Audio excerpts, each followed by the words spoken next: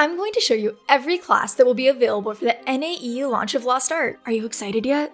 Your class should be something that has a super fun playstyle for you. So this video is going to focus on what makes each class unique and interesting to play, rather than going into a ton of detail on exact class mechanics. Let me know in the comment which class you're planning to pick up. I'm also going to be streaming Lost Ark on Twitch, so you should catch me there for live content. Links in the description. So in Lost Ark, you have a main class, currently there will be 6 at release, which branch off into advanced classes that will determine your unique skills and playstyle. First, I'm going to cover the warrior class, and specifically the first advanced class, which is the Berserker. The Berserker is a melee DPS that wields a massive greatsword. If you like bursty damage with lots of AoE abilities that melt mobs in seconds, then you'll love this class. It's also pretty new player friendly, as you're able to bulldoze your way through pretty much everything. This class is great if you like an aggressive playstyle that throws you right into the thick of battle, clad in heavy armor with big damage numbers. The next advanced class I'll cover is the Gun Lancer. I think the outfit says it all. If a tank was your first pick in other MMOs, you'll probably love this class. Gun Lancer lets you face tank massive hits with a respectable amount of burst damage to back you up. This class is also unique because it's the only class in the game that can taunt. And with good timing on your taunt, you can change the tide of battle by countering boss mechanics, making you an invaluable part of the team. This class also has lots of group defensive abilities, which lets you support your team while you and the boss have a stare down. This is definitely not the most mobile class in the game, but really, who needs mobility with that giant shield?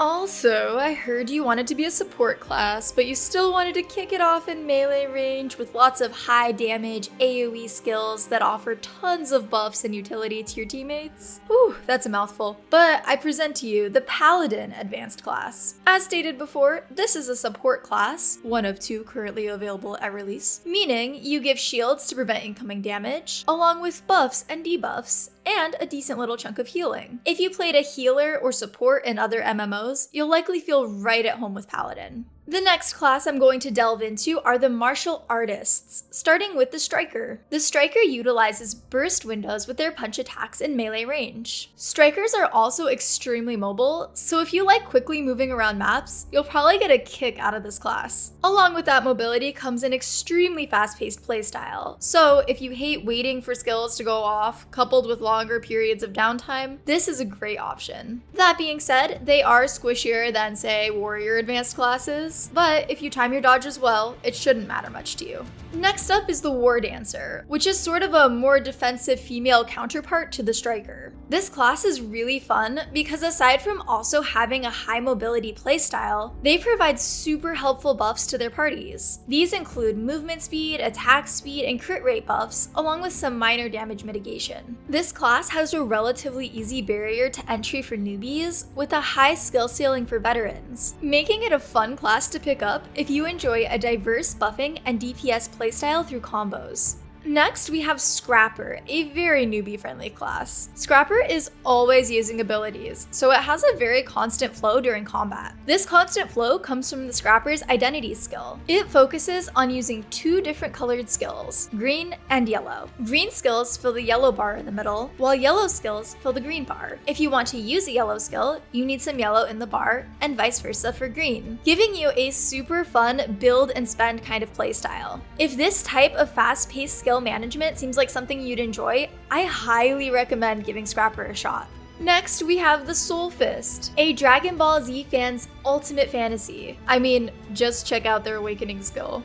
This class is so fun because it functions as a hybrid martial artist, mixing in melee and ranged skills, which gives it a unique playstyle in terms of positioning. Players can also choose whether to build this class with burst damage or sustained damage, depending on their preferred playstyle. This class also has a high skill ceiling for mastery, and their ultimate, which gives insane burst damage, can be difficult to aim. So I would keep this in mind when trying out this class. Next up, I'm going to go into the Gunner classes, starting with Gunslinger. This class is so fun because you actually wield 3 different weapons that you can swap between: a pistol, rifle, and a shotgun. They are the female counterpart to Deadeye, but with more rifle skills and traits. As such, you have access to a variety of playstyles and skills, paired with some fast-paced combat as you cycle through your weapons. This class has amazing sustain damage and mobility. However, they're pretty squishy. Gunslinger can also be somewhat challenging to pick up at first while you learn to manage each stance. Next up is Deadeye, which is the male counterpart to Gunslinger. These classes don't differ much aside from the Deadeye having better shotgun skills and traits compared to the Gunslinger's better rifle abilities. So, if you want that fun weapon swapping playstyle, but don't want a female avatar, this is the perfect pick for you.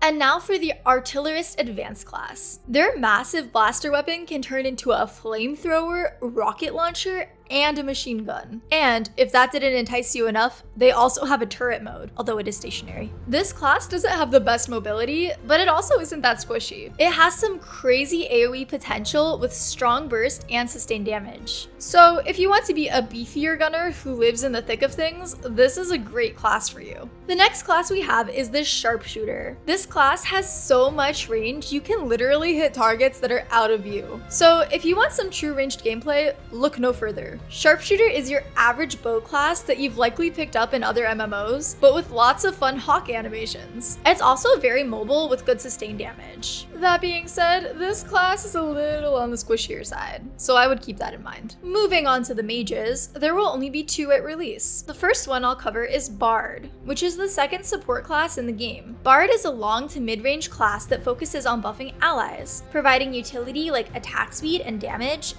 reduction. They also have access to amazing group shielding abilities, both through a low cooldown shielding skill and through their ultimate ability. They can also choose to either heal or give a great damage buff with their identity skill. If you like traditional mage type ranged healers in other MMOs, this support class is going to be a blast for you.